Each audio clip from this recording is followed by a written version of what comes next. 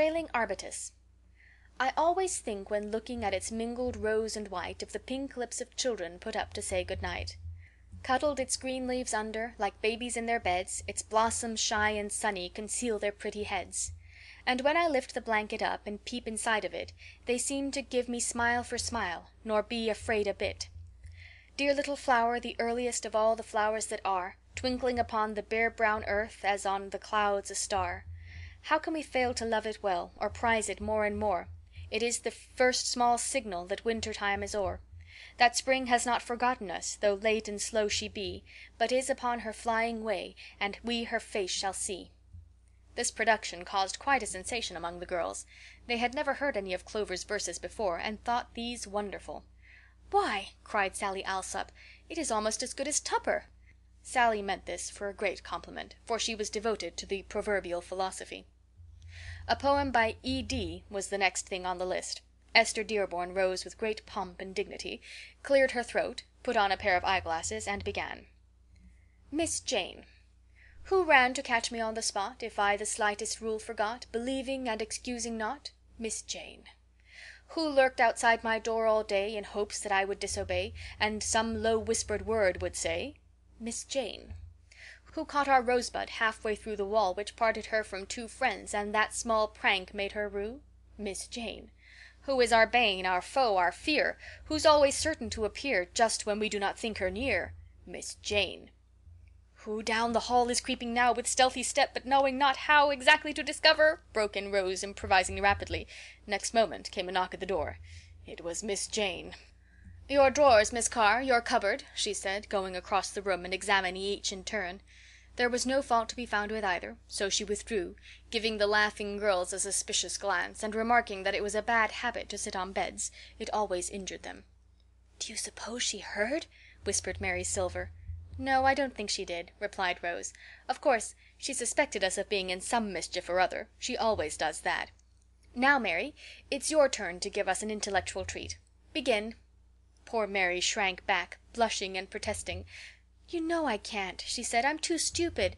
"Rubbish!" cried Rose. "You're the dearest girl that ever was." She gave Mary's shoulder a reassuring pat.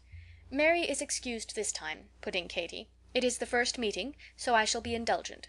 But after this every member will be expected to contribute something for each meeting. I mean to be very strict." "Oh, I never, never can," cried Mary.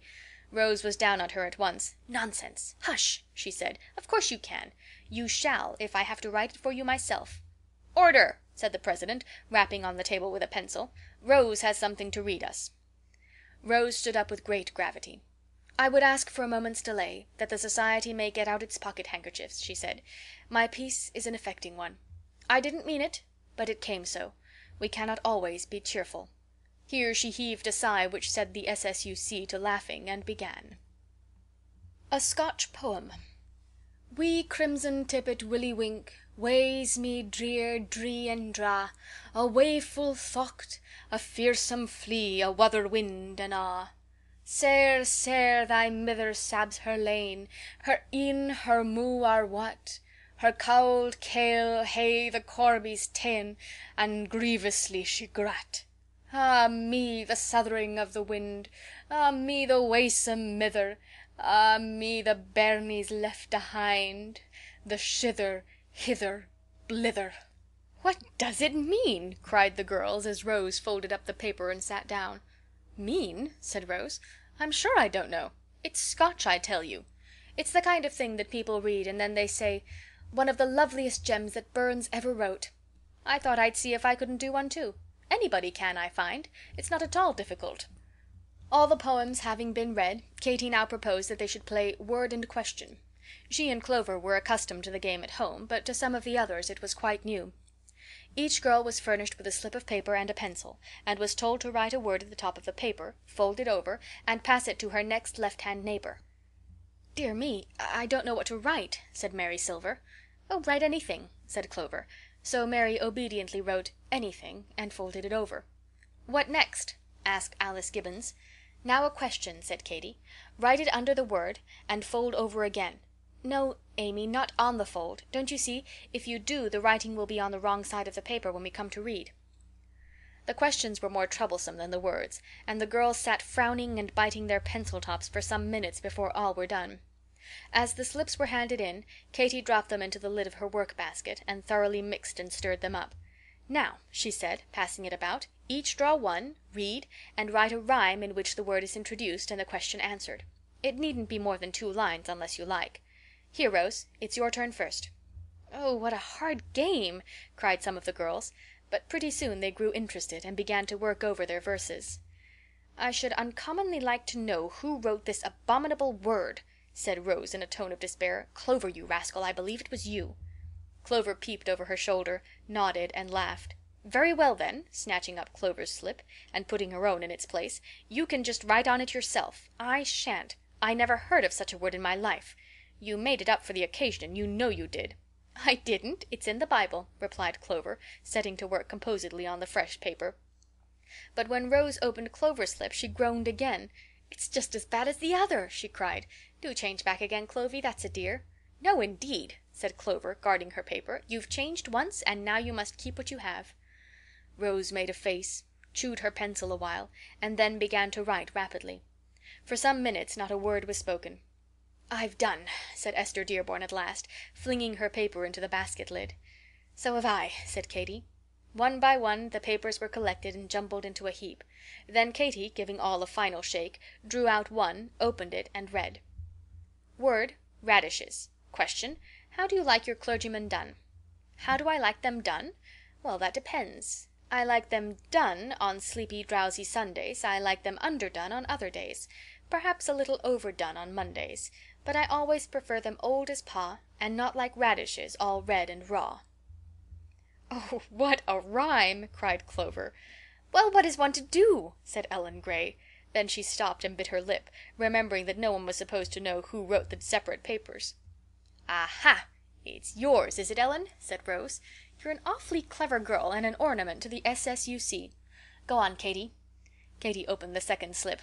Word, anything. Question, would you rather be a greater fool than you seem, or seem a greater fool than you are? "I wouldn't be a fool for anything, my dear, if I could help it, but I can't, I fear." "Not bad," said Rose, nodding her head at Sally Alsop, who blushed crimson. The third paper ran: Word, Maher Shalal Hashbaz. Question, does your mother know you're out? Rose and Clover exchanged looks. "Why, of course my mother knows it, for she sent me out herself.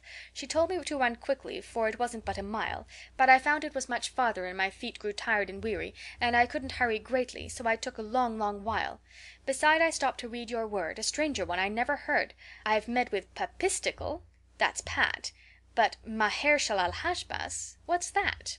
"Oh, Clovy, you bright little thing," cried Rose in fits of laughter. But Mary Silver looked quite pale.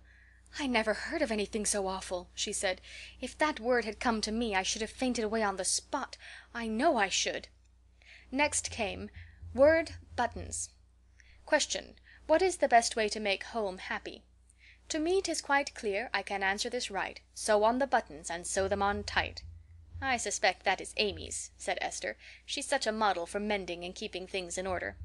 "It's not fair guessing aloud in this way," said Sally Alsop. Sally always spoke for Amy, and Amy for Sally. Voice and echo, Rose called them. Only, as she remarked, nobody could tell which was echo and which was voice. The next word was Mrs. Nipson, and the question, do you like flowers? Do I like flowers? I will not write a sonnet, singing their beauty as a poet might do.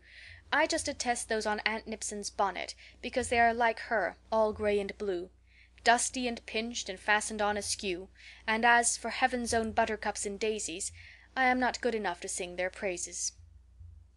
Nobody knew who wrote this verse. Katy suspected Louisa, and Rose suspected Katy. The sixth slip was a very brief one. Word, when. Question, are you willing? If I wasn't willing I would tell you, but when, oh dear, I can't. What an extraordinary rhyme, began Clover, but Rose spied poor Mary blushing and looking distressed, and hastily interposed. It's very good, I'm sure. I wish I'd written it. Go on, Katy. So Katy went on. Word, unfeeling. Question, which would you rather do, or go fishing? I don't feel up to fishing or such, and so, if you please, I'd rather do which? I don't seem to see the word in that poem, said Rose. The distinguished author will please write another." The distinguished author made no reply.